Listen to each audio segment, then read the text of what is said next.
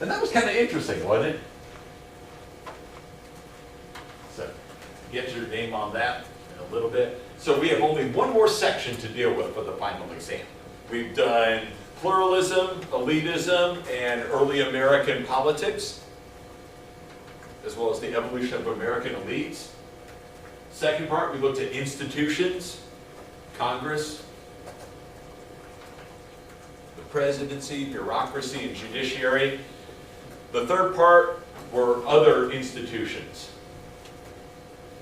like not part of the three branches of government. So that includes material on political parties, on elections, on the media, and the last one, which is interest groups. I like what I say. Now, interest groups, y'all heard the term interest groups before, right? Okay, good. I just wanted to make sure. Okay. Interest groups, a lot of times you hear it in kind of a pejorative sense, a negative sense. People are critical, like, oh, you've got like interest groups. Madison himself refers to the mischief of factions. Now, of course, he doesn't specify who factions are, but a lot of times people assume that that means interest groups. How many times have you heard the term used by Donald Trump saying, drain the swamp? Well, what is he referring to? I don't know if you know this. Did you know Washington, D.C. was built on a swamp? Like when they got it, they built it. It was on a swamp, wasn't a great place to live. It was like sort of a none of the above site because all the big cities like Philadelphia wanted it, New York wanted it. You know, I'm sure Baltimore was a fair-sized city, Charleston, they all wanted it. So they basically said, all right, to keep from fighting breaking out, because you know, we're experimenting with a democracy, we'll pick a site nobody thought of, and we picked out a swamp on the border of Maryland and Virginia, kind of in the mid spot, close to the coast. It was easier to travel over water than land, as it was until World War II, anywhere. Incidentally, saw a great piece today that I shared with my American Experience class. When Dwight D. Eisenhower, when he was in the military, he had to drive across from one end of the U.S. to the other. It took him 62 days to drive across the United States. If you ever want to know why the Eisenhower interstate system was created, that was one good reason. Now, if you go pedal to the metal and with some Jolt Cola or whatever monster drink you like, you can do it in 4 days. I assume with at least minimum 6 hours of sleep. I mean, it depends. I'm kind of a slow driver. My wife or driver, we can do it in 3.5. But, got a bit of a lead foot. I'm a little bit of a cautious driver, as you can probably guess. But in fact, interest groups do serve a very important role in our society, which is why many of the people picked for Trump's cabinets, many of them have ties to interest groups. So, you know, maybe drain the swamp means like get rid of bad lobbyists rather than, you know, any kind of lobbyists. Gabriel Allman and Sidney Verba, who write about comparative politics, so if you take me long enough, you'll have their book on comparative politics. They write about interest groups as the mediator between the government and the people, a connection between the two of them. It's a way that citizens can get a lot of power, because if you think about it, one person out of 300 million doesn't have a lot of power. So power comes in groups in democratic society. You got to band together. You ever done the old experiment? I'm also a Cub Scout den leader in my spare time, and frantically trying to put together a good cooking site for tonight, in addition to all the other things I have to juggle. You ever do this with the kids? You talk about banding together. You get like one stick, you break it over your knee. It's pretty easy to break, right? Get a big bundle of sticks, and you got to be like Arnold Schwarzenegger to break them, right? Need a little extra kick in your sports drink to get through that, right? Because that's a lot of sticks. In a group, it matters. Not only that, our election laws, our fundraising laws are written so that they empower groups, and group money can go a lot further than an individual contribution. Give citizens strength in numbers. It's also, many of them are fairly open in their membership. If you ever look at feudalism, like the Middle Ages, if you wanted to join a guild, those were like the early interest groups. You ever hear of guilds? Who here has heard of guilds?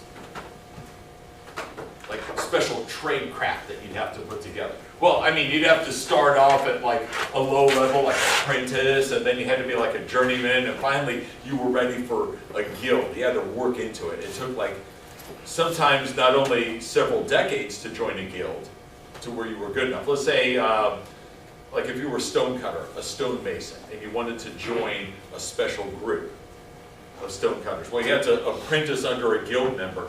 Then you'd have to go around to places and prove yourself by working on a bunch of different projects as a journeyman. Finally, you'd be ready to join a guild. Hey, why did I use that term stonemason? Does that ring a bell to anybody? Do I have any Freemasons? Isn't that what started? No, I'm just kidding. Isn't that what started the Freemasons? The what? Didn't the stonemasons start and then evolve? Sometimes into some of these societies, I mean, they were very secretive. Their membership was very restricted. You can't just like call up the Freemasons and say, I want in. You can't do that. A lot of times members have to select you. Exclusive clubs.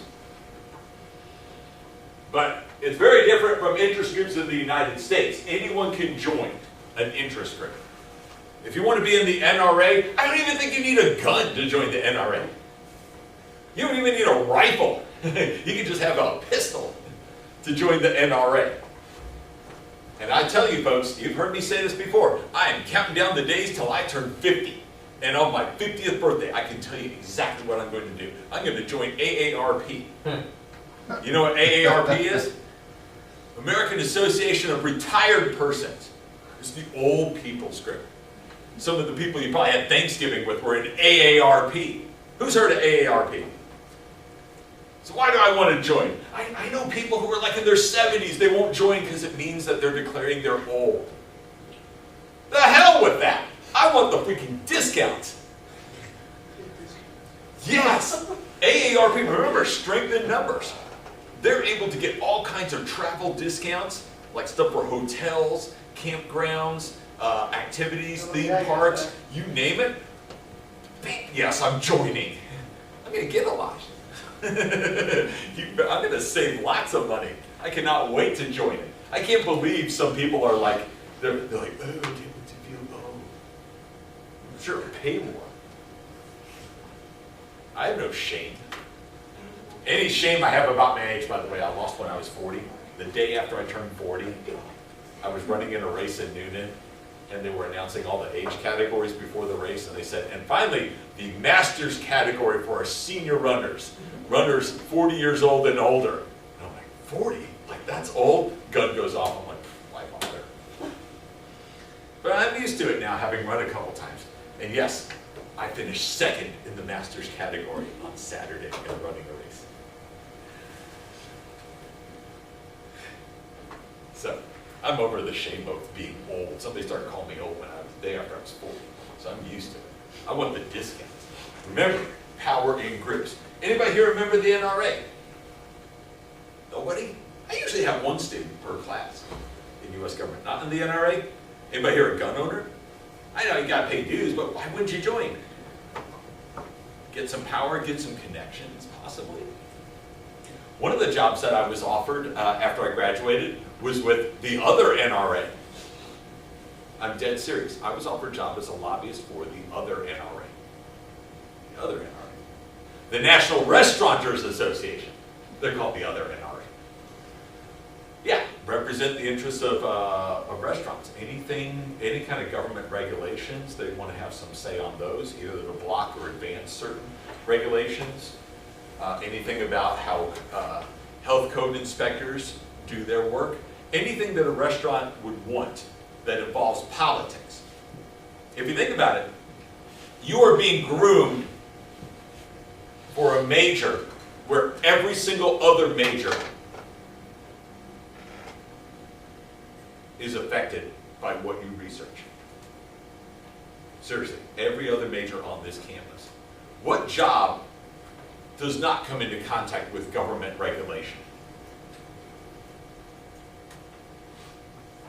Anyone? Only the one that hasn't been discovered yet. And once it's discovered, it'll soon be part of legislation.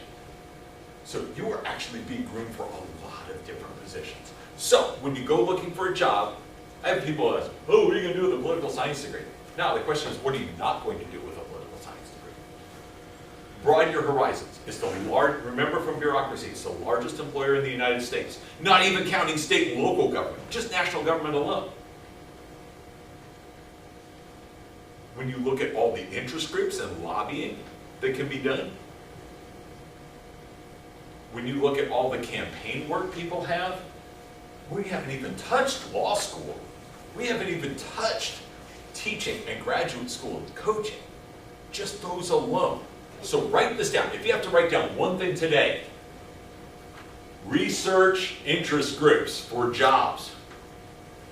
Just graduate first before you take that degree.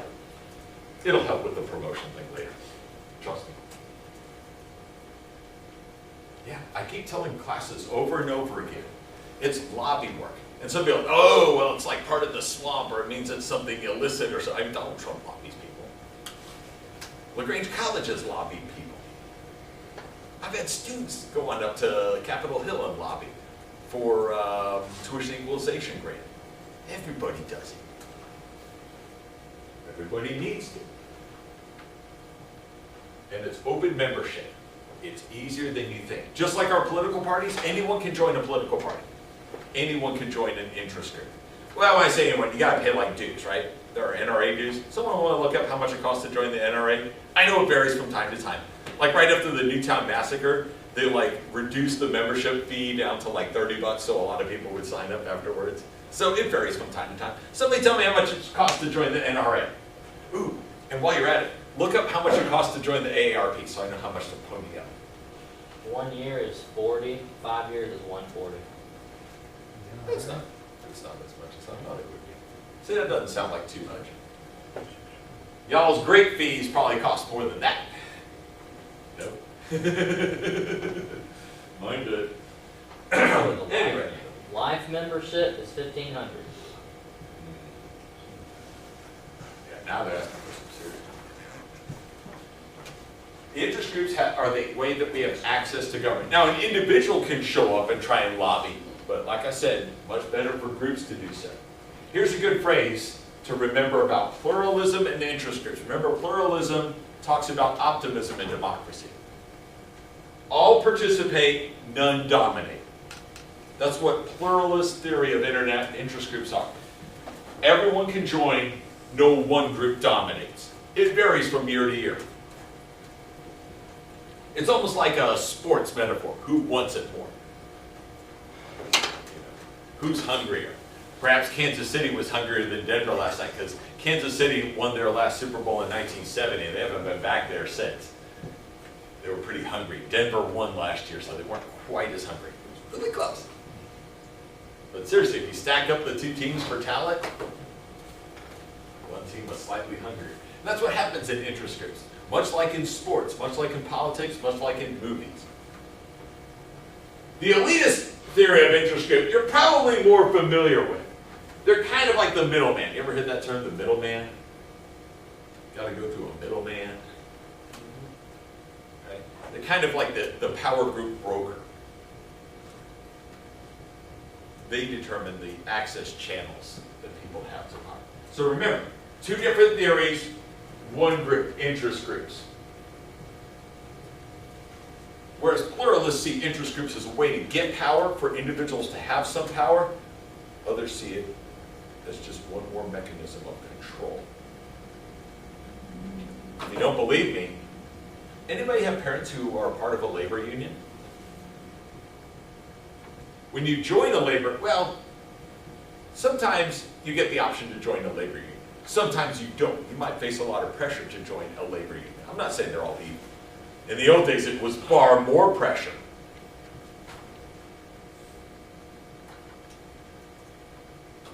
And if you're a member of the labor union and they call for a strike, you're a scab. You're a turncoat. You're a traitor if you don't go along with the strike. And just to show you this is bipartisan, if you're an NRA member and you call for like any sort of gun regulation, that's difficult. That's a difficult thing to sell. Gotta pay to play. You ever heard that phrase? Gotta pay up some money to join that interest group. Gotta pay your dues. And some have more power than others. Not all interest groups are equal in terms of their power resources. Some are clearly stronger than others. Anybody been by your town's Chamber of Commerce? Anyone? You ever heard of a Chamber of Commerce? Raise your hand if you've heard of, you've even heard the term Chamber of Commerce? You ever wonder what that is? It's an interest group. It represents all the local businesses. They're promoting their businesses, but they're also involved in politics. Who here has heard of the Farm Bureau? 4-H sound familiar? Yeah, all part of an interest group. Did y'all know that? Anyone have folks, or are you involved in a professional society? Anybody here involved in a Greek organization? Yeah. You ought to go to a site. Here's a site. It's called Political Graveyard. I know it sounds very morbid, Political Graveyard, but it was originally, they were trying to figure out where everyone was buried. Now it's just morphed into a really cool site about everything about politics. Look up your fraternity. When you go on the Political Graveyard site, look up your fraternity and do a search on how many members of your fraternity are involved in politics. Shows you connections, but isn't elitism about connections? By the way, Cindy, are you AOPI? No.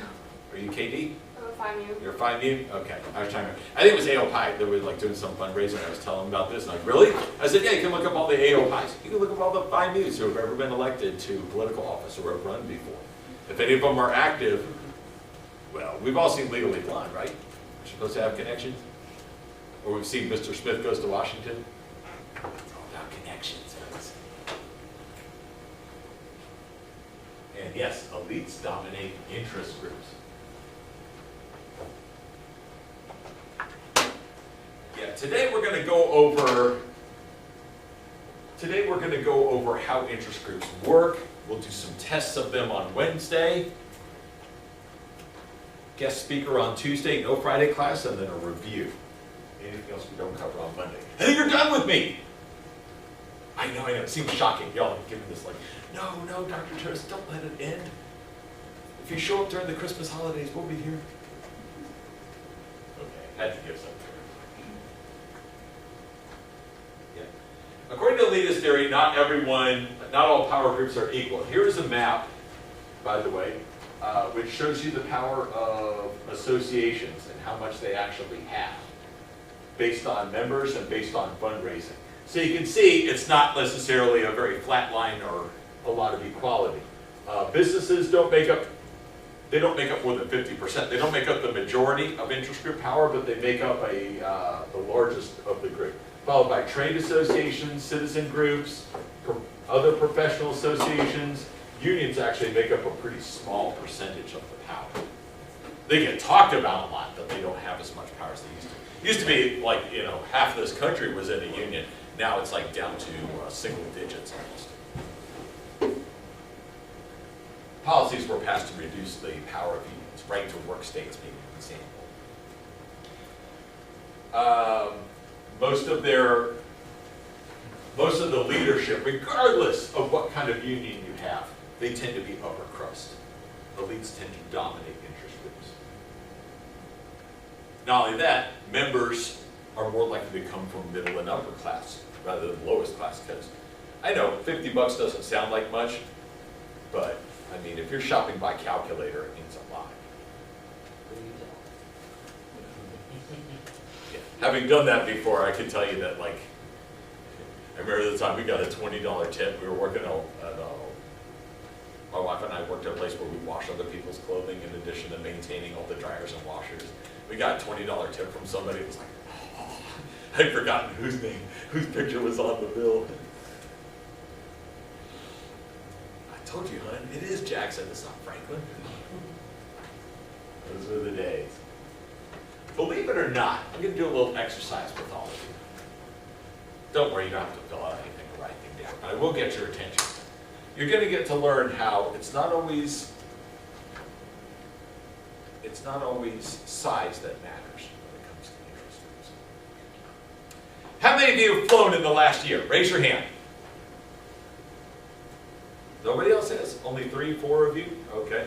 How many intend to fly in the next 2 years, let's say? You hope to. Solomon, no chance? No flying? Are you in a no-fly zone? Yeah, Sorry. no. No, sir. All right. How many of you, I know that was terrible. How many of you, have you looked at your airline ticket? Like, how much does it cost? Those of you, y'all check how much it costs? A couple hundred. Couple $100. $177. Oh, wow, that's Aren't good. you lucky? Were we flying to like Atlanta from here? Yeah. Oh, okay. Guy driving. I can't wait for the Uber planes to start Go to carrying. Fort Canada. Lauderdale. We actually go to Canada. Atlanta, Fort Lauderdale. Oh, wow. Okay, yeah, that's about right. Overplane. I remember Thanksgiving, I was dating this one gal, I wanted to have her meet my folks. I would fly back, it cost about $35 on Southwest Airlines to fly a 9-hour drive, San Antonio to El Paso for $35. Is it That's a cool Is tank. the seatbelt fall? Right, it's Southwest Airlines! I don't trust They don't ever crash. $35. I don't think they do. Southwest Airlines, no, they're pretty sick, they're all over the place. They don't fill up. 35. Oh, is it? Well, okay, one time there was a fire on the plane, but that was just like one time, seriously. They put it out. Oh, okay.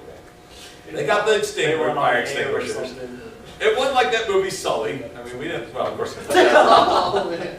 you couldn't do that in the Rio Grande. No, you couldn't. But at any rate, All the self jokes. yeah, so my folks are like, heck, for $35, well, you know, take, this is round trip, not one way. Like, take your girlfriend, let's meet her. So they gave me another $35 to take her to fly back. Yeah, she got to see snow for the first time out in El Paso. It snowed. Not much, but it's like a Lagrange snow. But anyway, how many of you, when you look at your airline ticket, you'll notice a certain security fee? How many take time, or do you just look at the bottom line? You ought to look at what your security fee costs. Now, most times they just tell you what the cost of the airline is, but if you print out the receipt, they'll tell you. Not only that, okay, maybe security fee. Not only that, you now get charged bag fee. That's why Southwest Airlines always say, bags fly free. I love Southwest Airlines. Are they so cheap? $35? Right. Right. $35? Well, I don't think it's that. Sometimes you can get $65. Yeah. Certain- Southwest, we flew, that's the last time we flew to El Paso. Now, they didn't fly out of Atlanta at the time, so we had to fly out of Birmingham. I've been Which is weird, because we flew from Birmingham to Atlanta all the way back to El Paso. I'm like, we drove all the way out to Birmingham to fly to Atlanta. We're like, can we catch a plane in Atlanta? No. So we have to drive like an extra hour? Yes. Nevada was 95 round trip. Nevada? Ooh, somebody see Honolulu. Forget it. Look at Honolulu. It's gonna be. I wish Southwest Airlines went to Honolulu. I would take that. It's gonna be grand. Just remember, your seat cushion can be used as a flotation device. Well, take a look at your receipt. You'll notice a certain security fee or a baggage fee. Who the hell put all these fees on us? Aren't we paying enough for the plane ticket, folks? $35. Yeah, okay, that's like 1991, okay.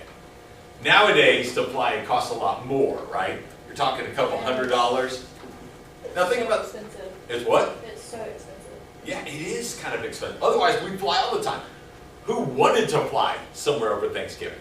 Anywhere but this class, anyway. Right? Would you like to go fly up to DC, New York, some other country, Honolulu, fly down to Disney? We do it, but all those extra fees, especially security fees, cost us. Now I got a question. Why the hell are we paying security fees?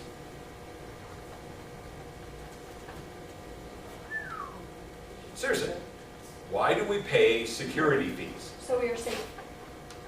Why didn't the airline company pay? I should say, sorry. Why are we paying? Why not the airplane? Isn't the airplane company, right? The airline, shouldn't they pay for us to have a secure plane? Why are we paying extra for the privilege? When you go to McDonald's, you don't pay like an extra security fee to get your burger, right? Like McDonald's doesn't charge you a security fee, correct? Or Subway. Eat fresh. So why are we paying? I've got a proposal. I think we start this. Let's all make this go viral. Let's all tell the airline companies not to have us pay security fees. And for that matter, not to have us pay baggage fees, excuse me. I mean, doesn't it, I mean, you got a big plane, right? They can hold our luggage. Why do we have to pay that part?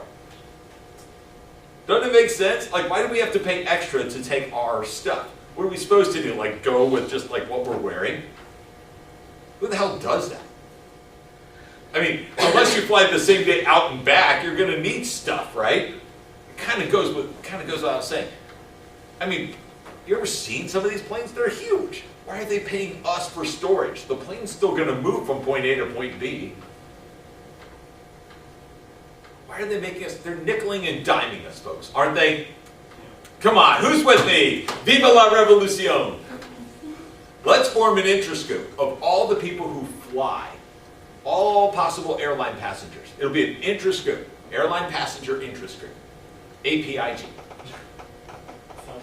It sounds cool, right? And we'll all unite, and we'll say, none of us are flying until you get rid of those freaking security fees and those baggage fees. Who's with me? What? What do you mean it won't matter? Are you a pessimist? Why won't it matter? Come on, who are more? Are there more people who fly or people who work for the airline company? We've got them, right? We own them. We're more. If we stop flying, they don't get any money. Boycott, folks. Yeah, all of us. Hey, we'll spread it. You all are like on the internet right now. Send out a bunch of viral messages. Send it to everyone we know. We're forming the APIG. AP. Okay, that doesn't sound good, but we'll find a different acronym for it. IGPA. Now it sounds too much like a beer. Okay, but we'll find something. Right? Why won't it work? I mean, you're right, it won't. But why won't it work? Is it because Fidel Castro is dead and I said Viva la Revolucion? Is that it? We just don't have communist spirit anymore. Didn't Iraq, he died on Black Friday? He's fighting communism his whole life. He dies on Black Friday. Spirit Airlines only has $11.20 security fee. I don't even think we should pay a dime. Spirit.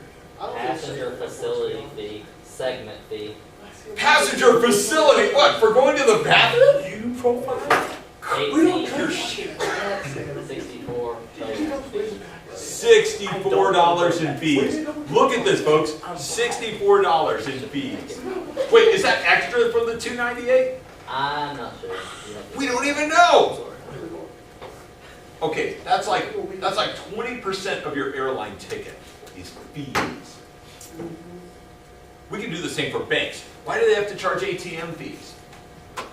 Boy, I don't know. Yeah. ATM fees. They eliminate all these teller positions, and yet we have to pay fees. $2.35. We You didn't gotta pay pay a your teller. bank Yeah, well, and campus is like ATM if you go to one outside of your, if you go to SunTrust and you do regions. All right. Banking Customer Interest Group, BCIG.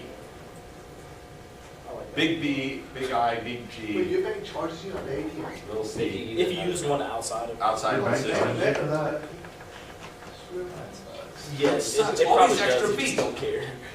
Well, let's all unite. We'll form a consumer association. I think Ralph Nader already did it. What we're going to do is check this.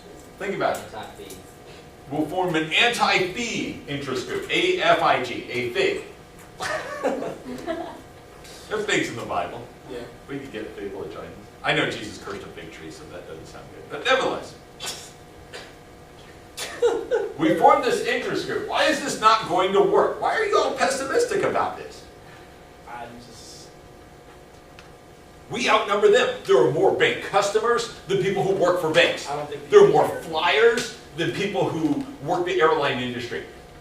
Just the people who fly through Hartsfield-Jackson Airport will outnumber the airline companies, all combined. I don't think people care enough. People don't care enough. People want the leisure league, like flying. The leisure. I mean, they've been paying for so long. I'm pretty sure that they're not even. No, thinking that's about why it. we need a revolution. Like you had to tell me about the fee. I didn't even know Oh about my it. God. Yeah, See, I just bought a ticket to fly. Yeah, you feel me? yes, but I mean, all we need to do is stand strong. Just like all the famous boycotts in American history. We'll stand strong, they'll knuckle under, then we can fly. The leisure of flying for less money. It sounds easier said than done. All right, here, you're right. We're all going to need Like, Well, I'm gonna need like I'm 20 for it. bucks. Every one of you give me 20 bucks to help me get this AFIG started.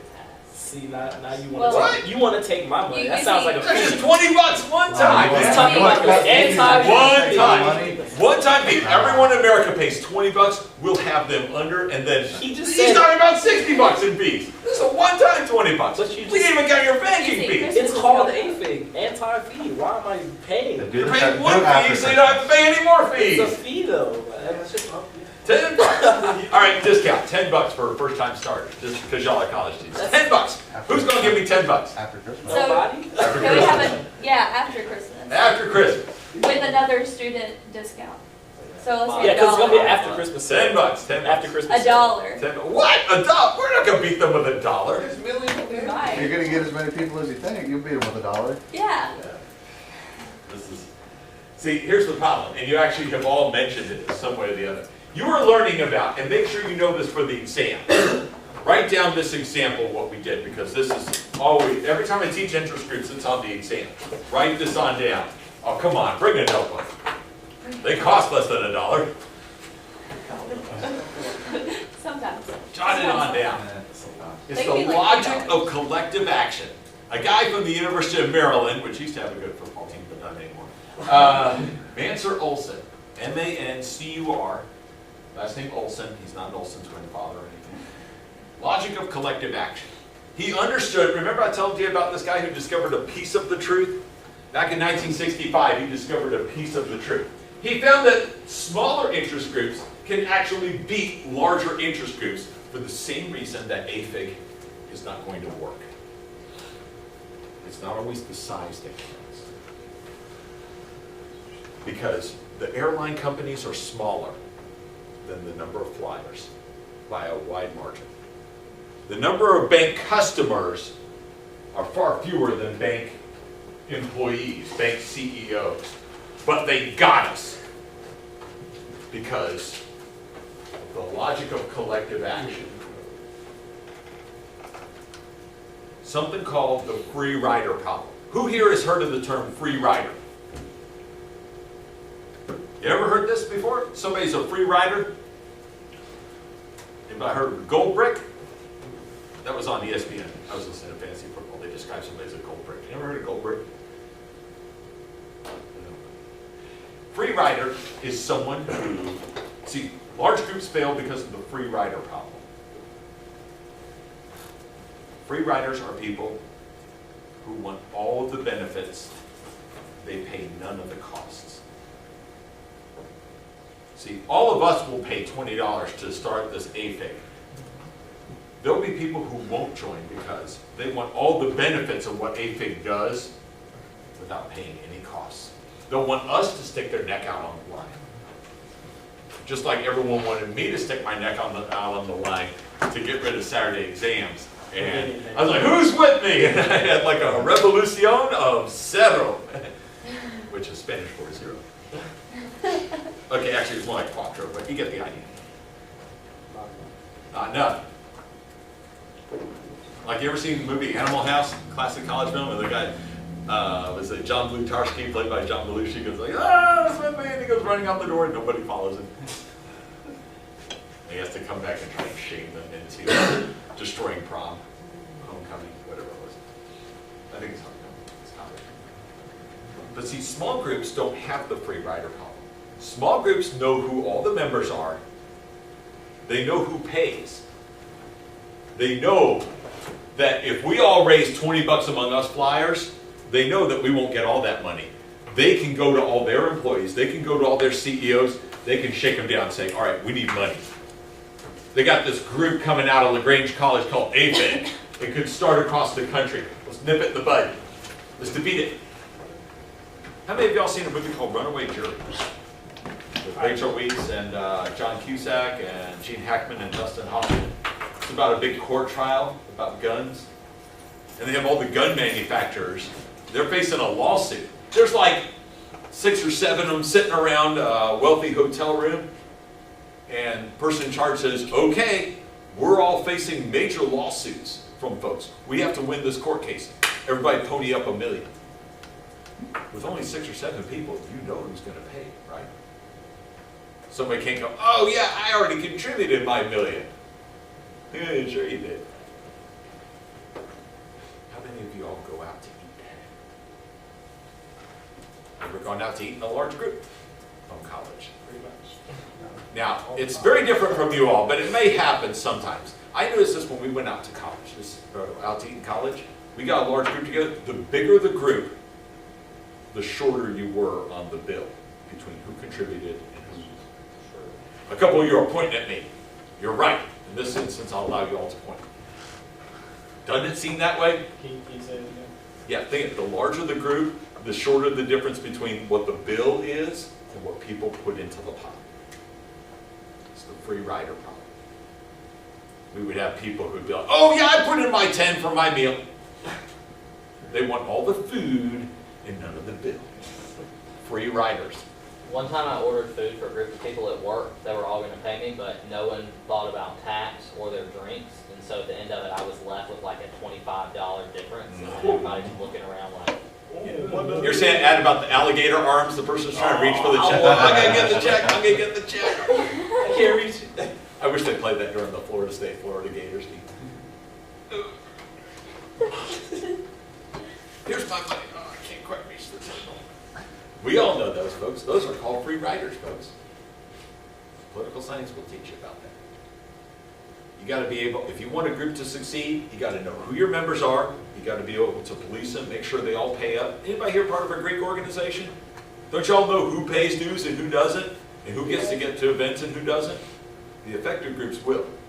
You'll have some free riders that want to go to all the parties, they want to hang out, they don't want to buy the beer, they don't want to go out and buy the food, they want to eat the food. You like it? That's what you're talking about. That's very true. But other colleges, I hear about this sort of thing going on. I went to Florida State. They got party for it? Well, the first year I was at Florida State, they were named the #1 party school in America, and they all thought that was funny. They were like, we're not the #1 party school. Everybody knows this Georgia Southern or something. Savannah. So, Most peers. that's why the small groups will beat the bigger groups, because the small groups, see, the smaller the group, and if y'all know each other and you're part of a group, like our church group went out to eat at Ruby Tuesday, no, we got tax, we got tip, we got drinks, everything's covered. Non-alcoholic drinks, of course. Church group. Although we're Methodist, so I think we can drink. Cheese isn't like built into the ceremony. I've never understood that dry the whole dry.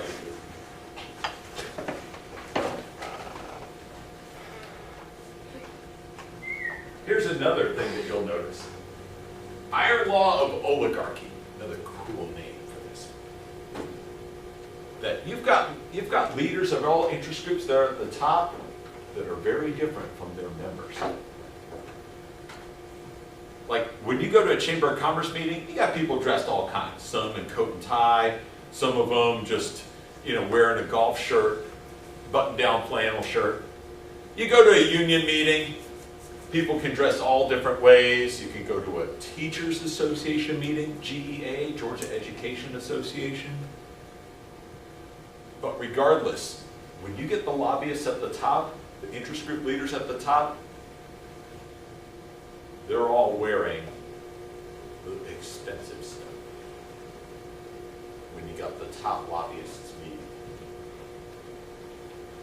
See, when you got the Farm Bureau, you got a local Farm Bureau meeting, people show up in overalls, but not at the top.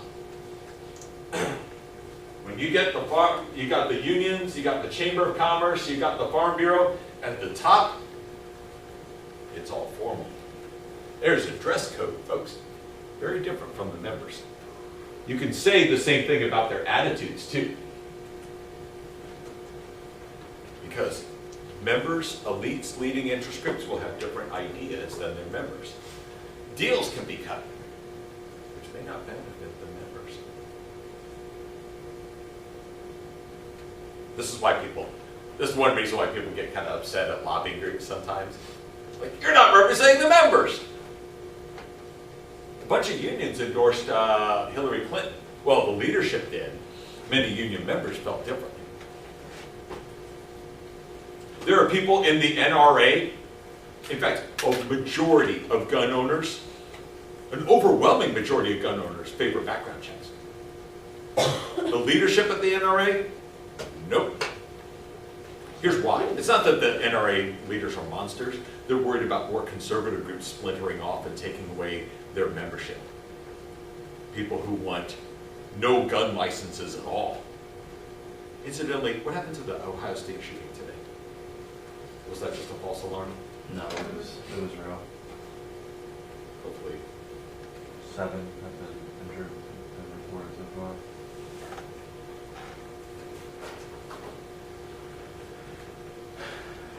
So sometimes, whether it's unions or the NRA, the leadership has different attitudes than the members. Note I pointed out Democratic groups, like unions, having Republican members, many of them.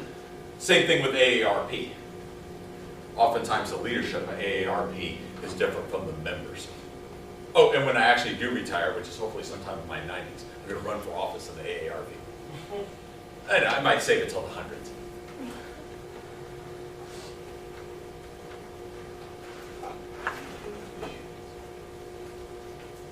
You want to know how Washington works? Who here has seen the movie Independence Day? Really? The one with the alien? Have y'all seen the sequel? I thought the sequel was kind of good.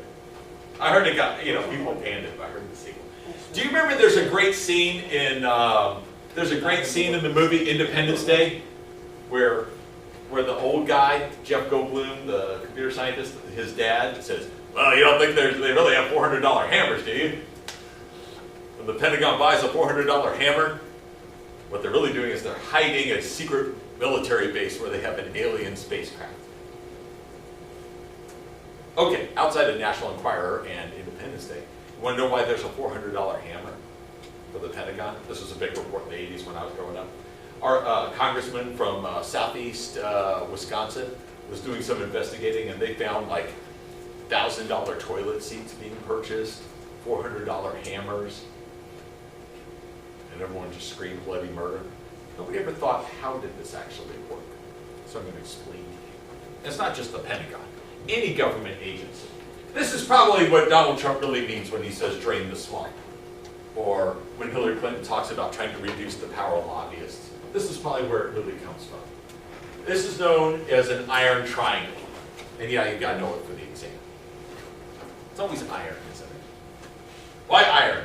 Iron's tough. What do you think of when you hear iron? I was thinking of my golf game. I'm good at woods and putters. I'm awesome at putters. I mean, when it comes to an iron, like a 7-iron, I may as well be aiming at the moon. I don't know why it doesn't work. Who here has heard of this vehicle, the Osprey? Anybody ever seen an Osprey? I saw one once before the Florida State-Florida game, my second year at FSU. You ever seen an Osprey? Fish hawk? Giant white. You ever go down like Callaway Gardens? I think sometimes they get an Osprey. Those things with their wingspans out, it's huge. It was like right on campus. I was walking under this house. Oh my gosh, it's an Osprey. It was the middle of the day, and the thing looked at me and went, wow. It was trying to scare me off from its nest, I'm sure. And I was like, holy crap. I really wish I had a camera for that one. Ospreys are huge. They're really impressive. Very cool creatures. We named something an Osprey. You ever seen one of these things? Man, I remember they've been talking about it like it was science fiction. I remember seeing a story where they called it a jet copter. And that's actually what it turned out. It's got giant turbines so it can land, but it's also got the airplane part where it can take off and go real fast. It can get a couple squads, maybe about 25 Marines. If you need to get from point A to point B really fast, you take this thing in. It can even go faster than the Jolly Green Giant, which was a huge lifesaver in the Vietnam War. Flying some of those things, pretty amazing. They were able to rescue a lot of downed pilots, a lot of downed infantrymen in the Vietnam War. That was fast. This Osprey was built to be even faster because sometimes they couldn't get to the person in time. It's impressive. Like I said, it's amazing. It's so cool, and it's also fairly unwieldy that it's also caused a lot of problems. A couple of them were crashed. One took off by itself with nobody in it. I'm dead serious. Everyone's like, oh, was a malfunction. Well, yeah, I mean, either that or all those movies about Terminator are true. This is how it works. In this iron triangle, I'm going to tell you the story of the Osprey and why we have Ospreys. And I've been told that the VC, or the V22 wasn't so great, but the VC22 might be much better. Or the VC22J. You know, upgraded version. Hopefully they're better. Because otherwise, when they crash, a lot of Marines die. That's not a good thing. Everybody's got something to give the other group in the triangle. Remember, triangle's got 3 sides to it? Right? 3 points, however you want to phrase it. Each of these has something that they want and something to give. It's like a 3-way trade. You ever follow sports where they do like a 3-way trade? Like the Braves get some prospect and then they send some expensive person over to the San Diego Padres. It's always San Diego. Thank you, San Diego. Some contract they want to unload, and San Diego sends somebody over to the Mets. It's like a 3-way trade, right? Everybody gets something. Thank you, San Diego. I hate it when they get their act together. Oh, we got a bad contract. Hello, San Diego. But everybody gives something, everybody gets something. Like a 3-way trade in sports. Interest groups, in this case, a particular business, Bell Helicopter, they make these Ospreys. What does a company need?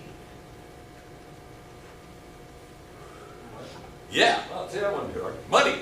In fact, all 3 of these sides involve money. More specifically, what's even better than money? More money. Okay, good. What's even better than more money? Resources? Okay, you ever know how, like in the NFL, they talk about somebody signs a big contract like Colin Kaepernick, sound of, and you'll have to go, ooh, because I said Colin Kaepernick. I will admit, I can't stand him, but ever since I added him in my fantasy team in desperation, he's been a huge help. I know it's going to cost me in the end. He's going to like take a knee in the last game and blow it. I'm riding it as long as I can. But at any rate, what's better than money? What's better than more money? You ever notice how like they'll have a, what do all players want? They don't want just money. What's better than money? Fame. No, what's better than money? What kind of money, shall I say? Guaranteed money? Guaranteed money. How do you get guaranteed money? Contract. Contract, there you go. They want contracts. Money feeds you for a day. Contract feeds you for a couple years, right? They want contracts to buy a bunch of these things, right? Now, how do you get the Pentagon? Now, the Pentagon doesn't like Ospreys. They were like called up the company, they're like, no, we don't want these things. Well, I mean, one took off by itself, they crashed full of Marines, they're hard to use.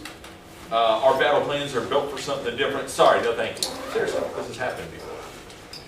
So what happens is, the interest group, in this case, Bell Helicopter, donates to folks on the House Armed Services Committee or Senate Armed Services Committee. They donate them a lot of money.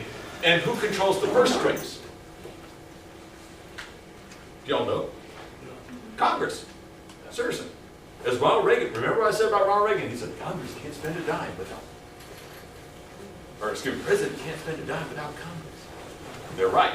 Congress will write in there, you will buy these things. And often, sometimes this happens. I don't mean to disturb y'all, but sometimes it's for an inflated price. Like a $400 hammer. You'll buy this thing from Lowe's Hardware. And Lowe's is charging the government a special discount of $400. You see how this works? You ever wonder where our budget deficit comes from? Does this give you some idea? Overpriced. Ospreys. Yeah, like the Pentagon was even on the subject of Abrams tanks. The Pentagon didn't even want a whole bunch of these Abrams tanks because they're waiting for the next generation of tanks. Folks are like, nope, you're going to get these.